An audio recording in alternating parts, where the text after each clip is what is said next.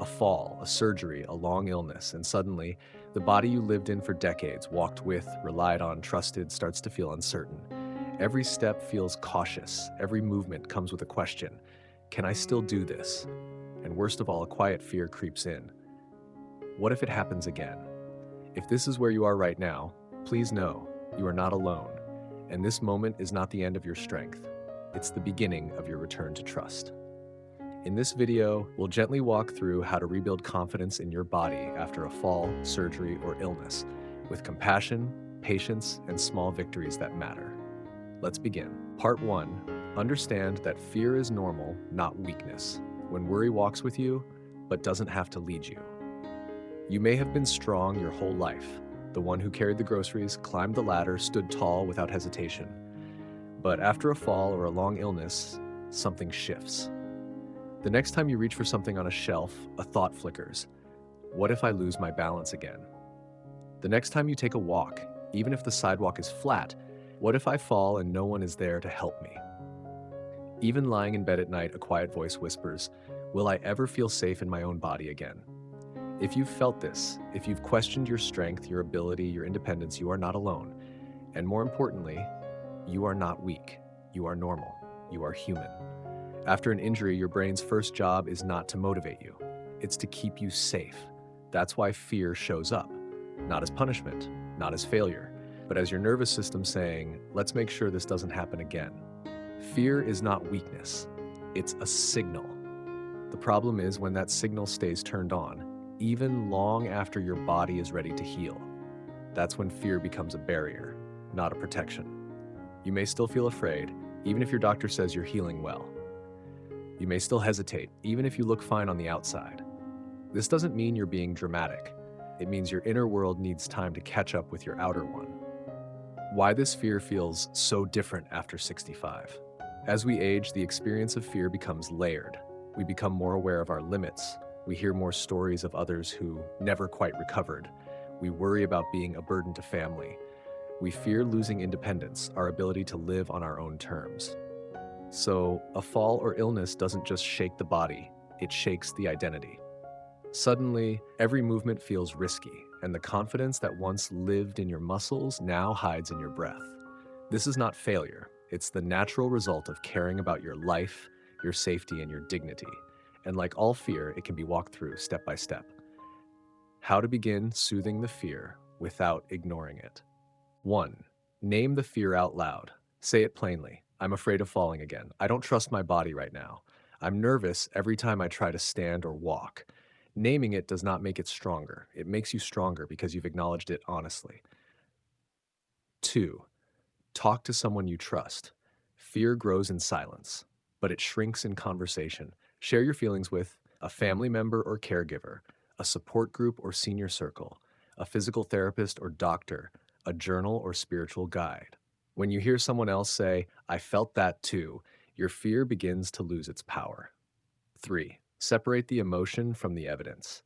It may feel like your body is too fragile now, but is that always true? What does your latest checkup say? What has your physical therapist observed? Are there movements you've already improved in? Create 2 lists.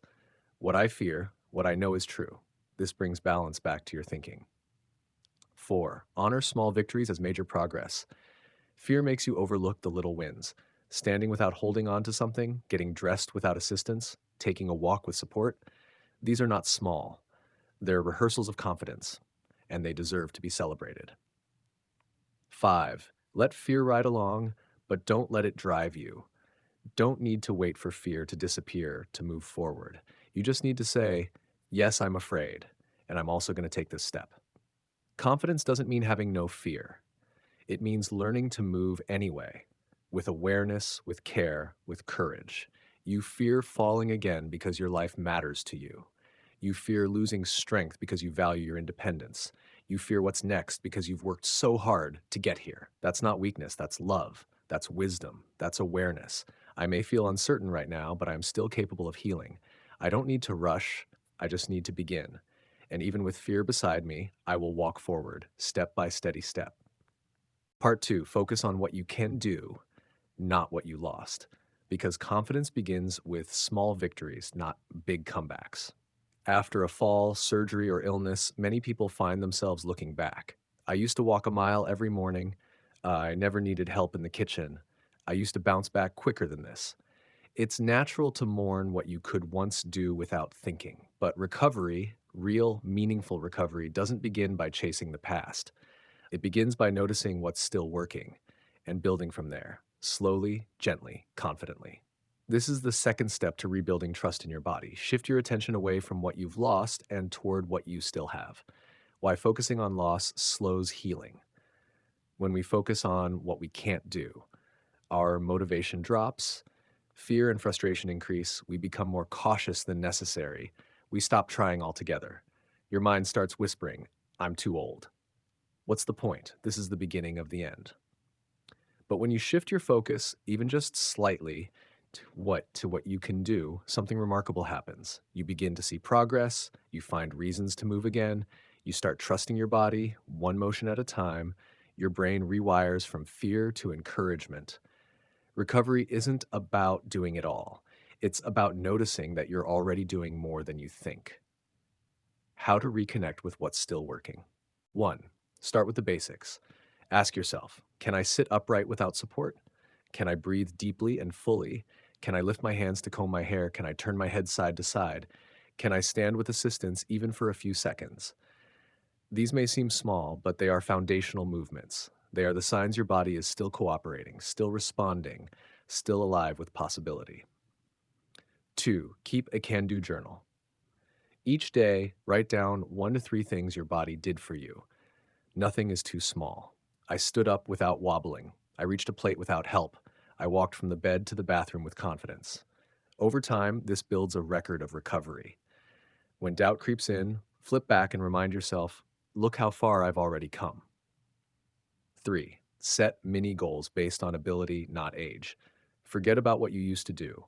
What matters is what you can safely and confidently do now. Try goals like holding a standing position for 30 seconds, preparing one simple meal without assistance, walking across the room without sitting down, practicing a stretch each morning. Each completed goal becomes a stepping stone back to confidence. 4. Speak kindly to your body. The way you speak to yourself matters. Instead of saying, I'm so weak now, I can't do anything right, I hate how slow I've become. Try, I'm working with my body, not against it. I'm learning how to move in a new way. My body is healing, one small win at a time. Kindness creates safety, and safety invites confidence. 5. Let go of perfection. Embrace progress. You might move slower, you might need rest, but that doesn't mean you've failed. It means you're adapting.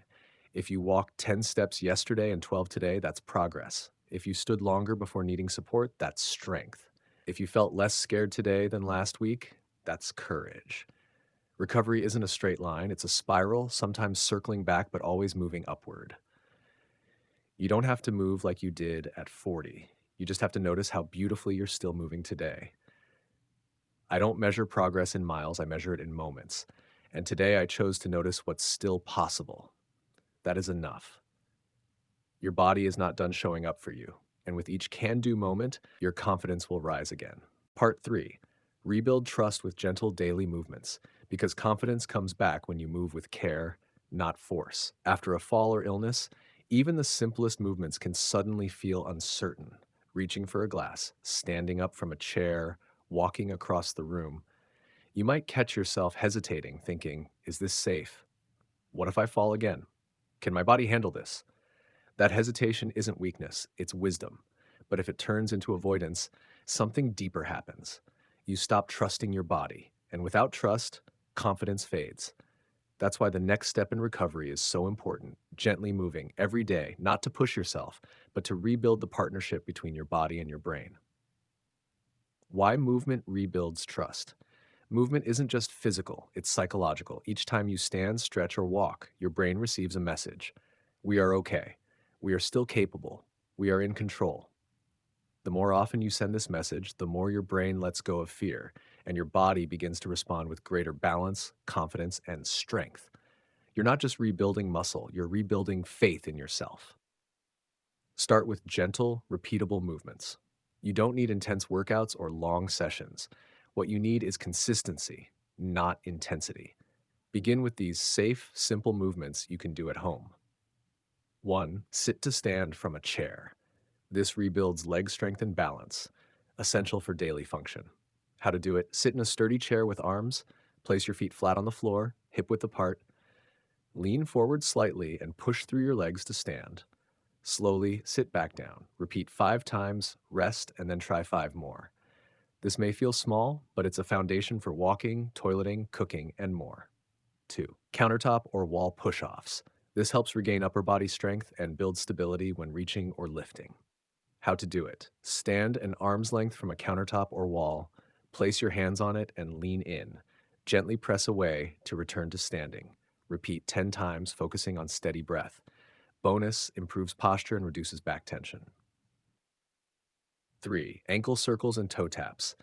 These small moves increase circulation and improve balance cues to your brain. How to do it: sit comfortably, lift one foot and gently circle your ankle 5 times each way. Then tap your toes up and down 10 times. Switch legs. These are perfect to do while watching TV or waiting for the kettle to boil. 4. Seated marching helps retrain coordination, core engagement, and leg lifting strength. How to do it: sit in a chair with feet flat. Lift one knee as if marching, then lower it.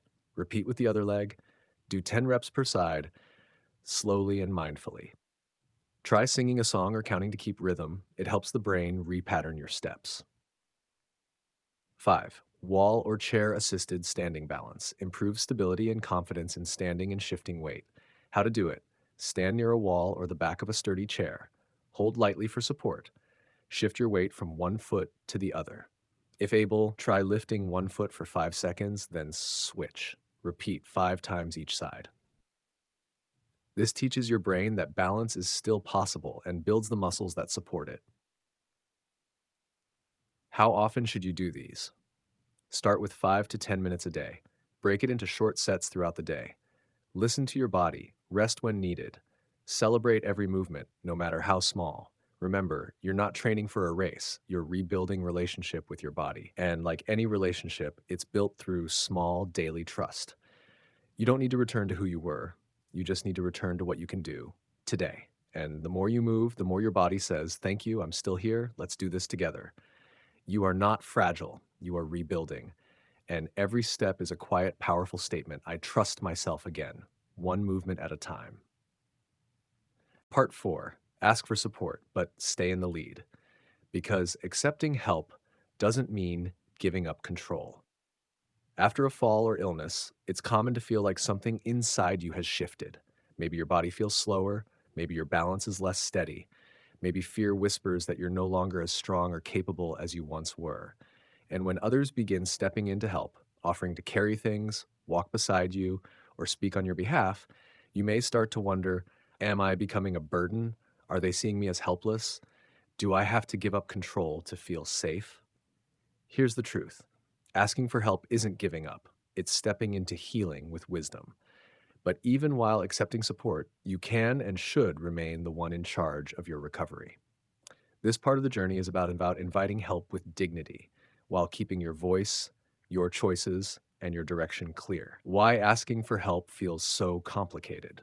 For many seniors, accepting assistance stirs up complex feelings: fear of losing independence, embarrassment or shame, worry about being a burden, grief over changes in ability, anger at the body for needing help in the first place. These feelings are natural, but if we let pride or fear block support, we may also block progress. There is strength in saying, "I need a hand," but there is power in saying, "and here's how I want to use that hand." How to accept help without losing your autonomy. 1. Choose your support team wisely. Not all help is helpful. Choose people who encourage, not criticize, respect your voice, follow your lead, understand that support means walking beside you, not carrying you. This might include a physical therapist or doctor, a spouse or adult child, a friend from a senior group, a professional caregiver, a spiritual leader or wellness coach. Let your team be made of listeners, not fixers. 2. Be clear about what you want. Help with confidence grows when you make the choices, not when others assume for you. Try saying, "Yes, I'd like your arm," when we're on uneven ground. "Please let me try first before stepping in." I'm working on balance, so it helps me to do this part on my own. You can support me best by cheering me on, not doing it for me. Helping isn't about control, it's about collaboration. 3. Use tools that support, not replace you. Devices like walkers, canes, handrails, or raised toilet seats aren't symbols of weakness. They're extensions of your independence. They allow you to move safely, reduce fear of falling, practice movement on your own time, stay active longer. Instead of thinking, I don't want to depend on this, try thinking, this gives me the freedom to do more with confidence. 4. Lead your recovery plan. Ask your care team or support system, what exercises can I try at home? How can I track my progress? What goals are realistic for me in the next 30 days? What decisions can I make about how and when we meet? This is your body, your pace, your life. Support should empower you, not direct you. 5. Celebrate the partnership, not just the progress. Healing isn't a solo mission, but that doesn't mean you're passive. Let support feel like a partnership, not a rescue mission. Thank those who help, but also thank yourself for being willing to receive, grow, and stay present in the process. You are still leading the way, step by courageous step. Asking for help is not about weakness, it's about wisdom, it's about healing. And most of all, it's about saying, I matter enough to be supported. I trust myself enough to stay in charge, and I am still the captain of this chapter of my life. Let others walk beside you. But remember, you still choose the direction. Part 5. Rebuild confidence in your own timing, not anyone else's. Because healing isn't a race, and your pace is just right after a fall, illness, or surgery. Everyone seems to have an opinion. You should be walking by now. My neighbor bounced back in just 2 weeks. Why don't you try harder? You're probably babying it too much. Even well meaning comments can sting, and they often plant seeds of doubt. Am I behind? Shouldn't I be stronger already?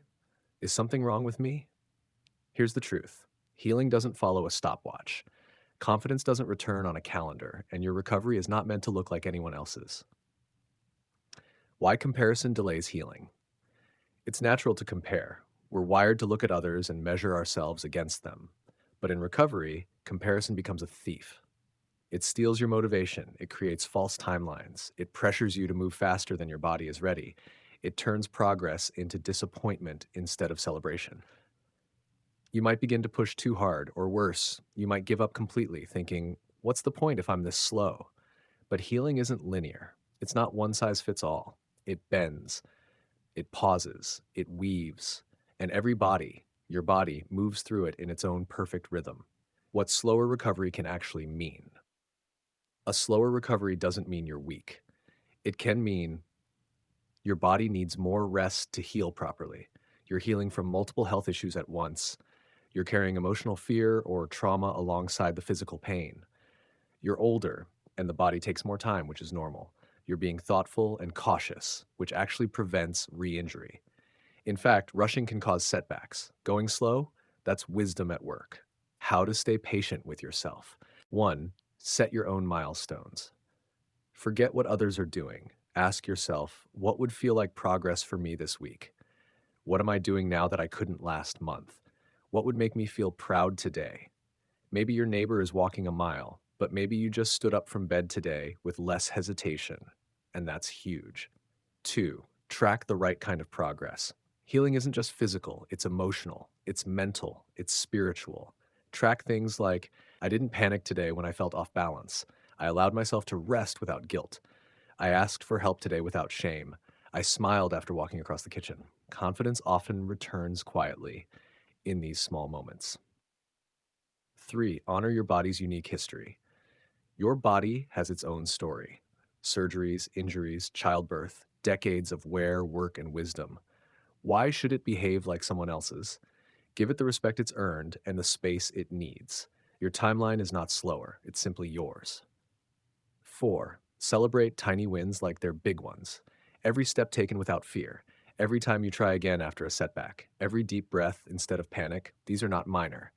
They are the quiet building blocks of lifelong confidence. Mark them, celebrate them, share them. 5. Remind yourself progress isn't always visible. Some healing happens in ways you can't measure on a clock or chart. Your balance system is recalibrating. Your nerves are reconnecting. Your inner sense of safety is rebuilding. Your trust is being re-earned, breath by breath. Just because you don't see it doesn't mean it's not happening. You don't need to meet someone else's timeline. You don't need to prove anything. You just need to stay present, stay gentle, and stay willing. I will not rush my healing. I will not judge my progress. I will not abandon myself to meet someone else's expectations. You are not late. You are arriving exactly when your body is ready. A fall, a hospital stay, a moment when your body didn't feel like your own anymore. It's okay if it scared you. It's okay if it changed you. And it's okay if your confidence took a hit. But here's what's more important. You are still here. You're still breathing, still healing, still showing up. And that means your story isn't finished. It's simply entering a new chapter. In this video, we explored how to gently rebuild your relationship with your body. Understand that fear is normal, not weakness, because fear is a sign you care. Focus on what you can do, not what you lost, because even small movements matter. Rebuild trust with gentle daily movements, because consistency, not intensity, restores confidence. Ask for support, but stay in the lead, because accepting help still means you're in charge. Rebuild confidence in your own timing, not anyone else's, because healing is not a race, and you're right on time. This isn't the end of your strength, it's the discovery of a new kind. You may move slower now. You may hold the wall for balance. You may feel unsure in places where you once felt strong. But never forget, you are still capable. You are still valuable. And your body is still your ally, quietly, steadily finding its way back. Confidence doesn't return in a burst, it returns in quiet moments. The first time you stand without fear, the day you walk across the room and realize you didn't hesitate, the morning you breathe deeply, smile softly, and say, I'm healing. And all of that, that's strength, that's success, that's you, still becoming. If this video gave you hope or encouragement, like this video to help others rebuild trust in their bodies, share it with a loved one who's recovering from a fall or illness. Subscribe to True Senior Wisdom for weekly guidance on healing, aging, and growing stronger, inside and out. Your body still remembers how to support you. Your breath still knows how to steady you. And your spirit is far more resilient than you realize. I may have fallen, but I am not broken. I am rising again, step by steady step. And each day I grow stronger, not in speed, but in trust.